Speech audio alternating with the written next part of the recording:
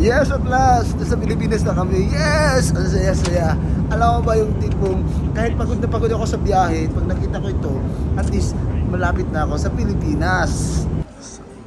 Yan, yung kalabas ko lang galing sa Naiya International Airport. So, pupunta kami dun muna sa immigration para i-check nila yung passport ko, yung mga documents ko. Kasi bago ako makalabas, dadaan muna sa immigration bago proceed dun sa number 6 para dun sa mga luggages namin. So, medyo hindi naman masyadong busy.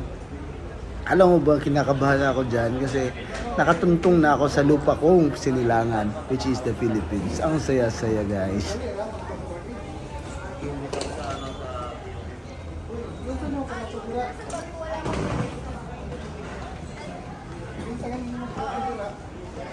Alam mo ba, sobrang linis ng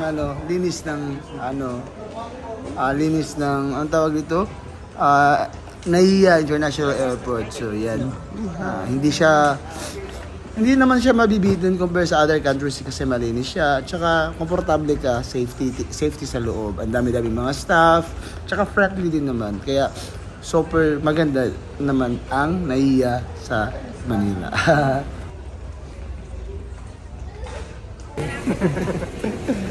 Saan ka sa Canada? Calgary? Sa Calgary? Calgary po. Ilang araw ka dito sa ano? Isang buwan. Saya, no? Saya. Pilay balo mo. Tawa-tawa ra. Tama. Yan. Salamat ang sino kami dito. Sadam. Sadam. Hi, thank you, Sadam. Dito inaantay ko yung mga bags ko na lalabas bago ako pupunta doon sa Bayford para hanapin ko yung magsusundo sa akin. So nakabook na kasi ako na susunduin ako, so kukunin ko na lang muna itong mga luggage ko. So this time, hahanapin ko na yung taga-sundo sa akin, guys, sa Bayford. Ito kasi slope kasi ito eh. Kaya yung hahanapin ko na siya, at least makita ko, sana makita ko. Kasi try kong kinontak ng hindi ko talaga makontak.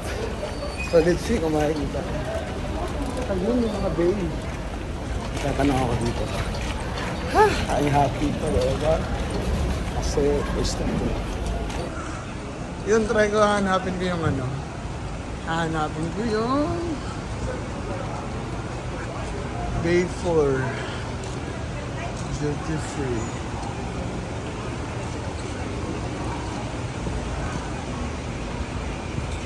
Yung Bayford. Bayford.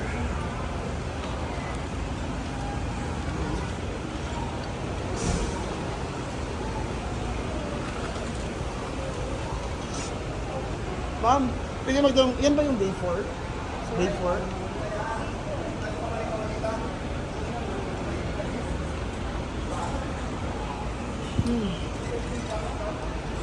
Saan ba yung Bayford? Ay, ako. Ayun, nakita ko na yung ko. Ayun, nakita ko na. Ang saya-saya.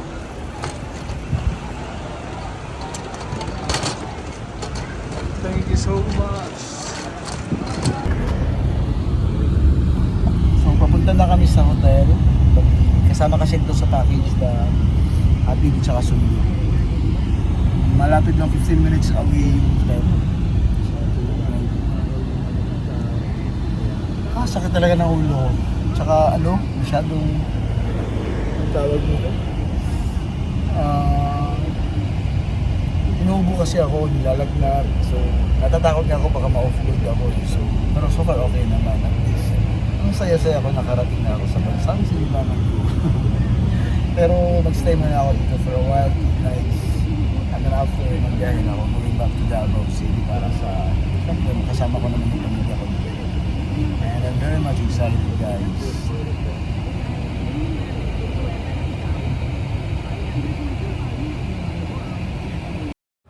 Nako guys, nasubukan ko talaga ang traffic dito sa Metro Manila. At saka, alam mo ba, nakukumpara ko talaga dyan sa atin na disiplinado yung mga driver dito. Kasi nakikita ko, ang dami-daming mga driver na hindi rin marunong magdisiplina eh.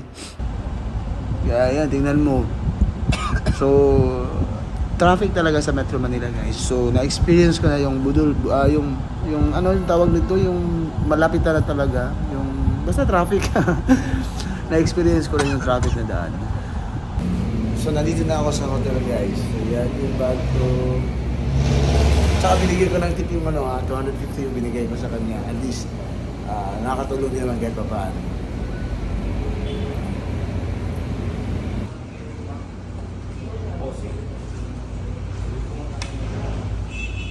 So yan, nandito na ako sa hotel na nastayan ko. Sobrang malinis naman, okay, wala namang problema. So at least, di ba, maganda ay yung hotel. At least makapagpahinga ako ngayon bago ako punta ng Davao. Until next time, bye-bye!